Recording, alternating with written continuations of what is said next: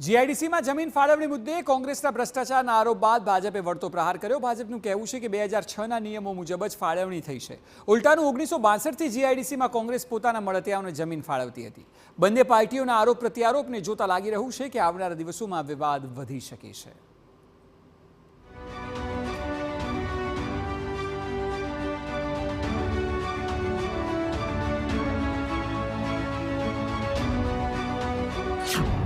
GIDC पर आर पार।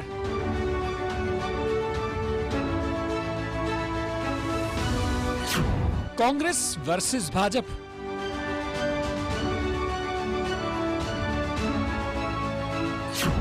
वार versus पलटवार। छेल्ला 2 દિવસથી જીઆઈડીસી દહેજ અને સાયખામાં ભ્રષ્ટાચારના આરોપ લગાવ્યા બાદ રાજ્યમાં રાજકારણ બરાબરનું ગરમાયું છે। કોંગ્રેસે સરકાર પર જમીન સેચ્યુરેટેડ ઝોનમાંથી અનસેચ્યુરેટેડ ઝોન કરવાનું મુખ્ય કાવતરું ઘડવાનો આરોપ લગાવ્યો અને મોટા પાયે ભ્રષ્ટાચારની આશંકા ઊભી કરી। ત્યારે સરકારે પણ પોતાનો પક્ષ રાખ્યો છે। સરકારનું કહેવું છે કે કોંગ્રેસ હતાશ પાર્ટી છે અને તેમના દ્વારા લગાવેલા આરોપ ખોટા છે।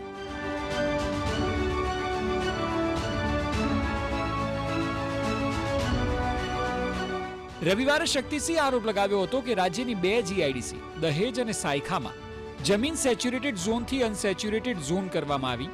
ભાજપે જાહેર સાહસોને ભ્રષ્ટાચારના પ્લેટફોર્મ બનાવી દીધા છે। શક્તિસિંહનું કહેવું છે કે રાજ્યમાં ભાજપ ભ્રષ્ટાચારનો પર્યાય બની ગઈ છે।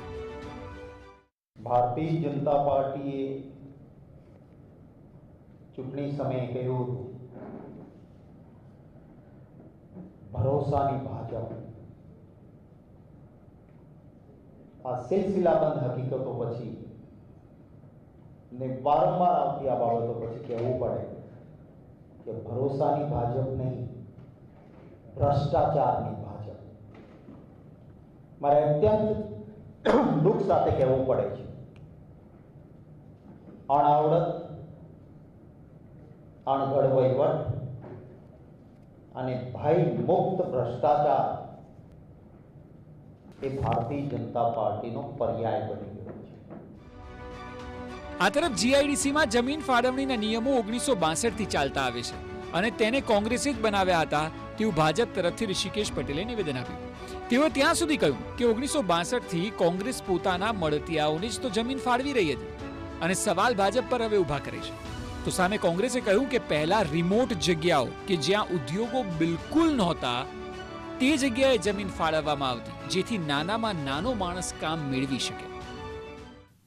જીઆઈડીસી અને ઔદ્યોગિક ગૃહો અને ઉદ્યોગો માટે જમીન ફાળવવાની નીતિ 1962થી એટલે કે એમની જ જ્યારે સરકાર હતી ત્યારથી અમલમાં આવેલી છે।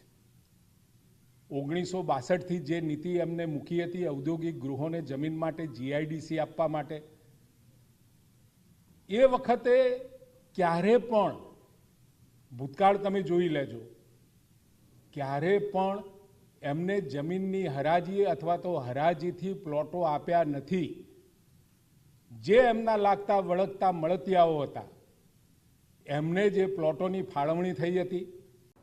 આ કહે છે ને કે અરજીઓથી આપવાનું નીતિ જૂની હતી, વાત સાચી છે, પણ ત્યારે ક્યાં બનતા હતા જીઆઈડીસી?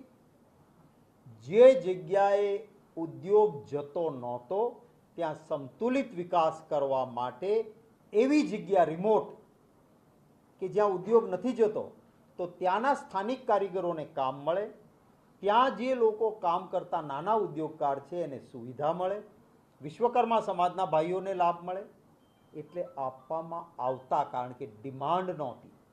પરંતુ ડિમાન્ડ વધે અને સપ્લાય ઓછી થાય ત્યારે હરરાજી એ ભૂતકાળમાં પણ થતું હતું। હવે તો સુપ્રીમ કોર્ટે કહી દીધું કે કોઈ પણ પ્રજાની માલિકીની વસ્તુ દલા તરવાડીના રીંગણા જેમ નહીં કે હું માંગુ ને તું આપ, આમ નહીં, જાહેર હરરાજી જ કરવી જોઈએ। જો કે આખા વિવાદમાં કયા કયા આરોપ લગાવાયા છે તે પણ આપને જણાવીશું, પરંતુ એક વાત ચોક્કસ છે કે આ મામલો હવે બરાબરનો ગરમાયેલો જોવા મળી રહ્યો છે। આગળના દિવસોમાં આ ખાઈ કેસમાં નવા રાજકીય પ્રહાર અને પલટવાર જોવા મળે તો નવાઈ નહીં. Bureau report, TV9. તો આપને જેમ જણાવ્યું તે મુજબ આખરે આ કૌભાંડનો આરોપ શું છે? જીઆઈડીસીમાં કૌભાંડ છે પણ કે નહીં એ સવાલો છે, પરંતુ કોંગ્રેસે ખૂબ જ સૂચક આરોપ લગાવ્યા છે. અને એ કૌભાંડની જો વાત કરવામાં આવે તો દહેજ અને સાયખામાં જીઆઈડીસી મામલે આ કૌભાંડનો આરોપ છે. આ બે જીઆઈડીસીમાં શક્તિસિંહે કહ્યું કે 2 તબક્કામાં આ કૌભાંડને આચરવામાં આવ્યું છે, એટલે ખૂબ જ પ્લાનિંગ મુજબ કૌભાંડ કરવામાં આવ્યું છે.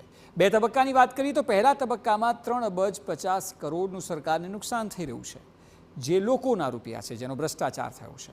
જ્યારે કે બીજા તબક્કાનું 12,20 કરોડનું નુકસાન છે. કલ્પના કરો આ આંકડો ક્યાં જઈ રહ્યો છે. પ્રથમ ફેઝમાં 5,25,000 ચોરસ મીટર જમીન ફાળવણીમાં કૌભાંડનો આરોપ લગાવવામાં આવ્યો છે, જ્યારે કે બીજા ફેઝમાં વધી જાય છે 4 ગણી, 20 લાખ ચોરસ મીટર જમીન ફાળવણીમાં કૌભાંડનો આરોપ છે. એટલે કલ્પના કરો કે જે આક્ષેપ લગાવાયો છે તે કેટલો મોટો અને કેટલો ગંભીર આક્ષેપ છે. તટસ્થ તપાસ થાય તો કોંગ્રેસનું કહેવું છે કે દૂધનું દૂધ અને પાણીનું પાણી થઈ જશે. આ સાથે જ બુલેટિનમાં હાલ લઈશું એક બ્રેક, પરંતુ એ પહેલાં આપને આપીશું હિન્ટ કે આગળના સમાચાર